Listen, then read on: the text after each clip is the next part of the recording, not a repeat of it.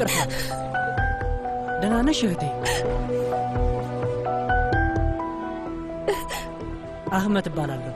ሰላም ሰላም። እኔ ደግሞ ፒናር።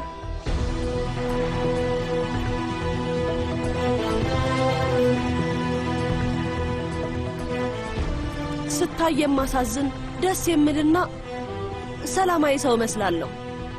ሰዎችን ሳናግር ያምኑኛል እና ወዲያውን ይወዱኛል። ግን አባቴ ትንሽ ብቻ ነገር ነበር የሚጠብቀው።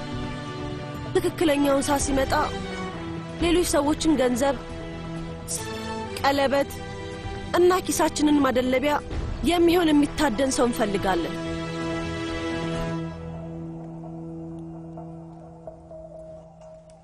ወይ አቁም! ረፍ! አንቺ ውሻ! አንቺ እስከ መቼ ነው ሰውን እያቁለጨለሽ ከዛ ደግሞ እንደ ጨዋና እንደ ዝንቁን ስታስመስያለሽ?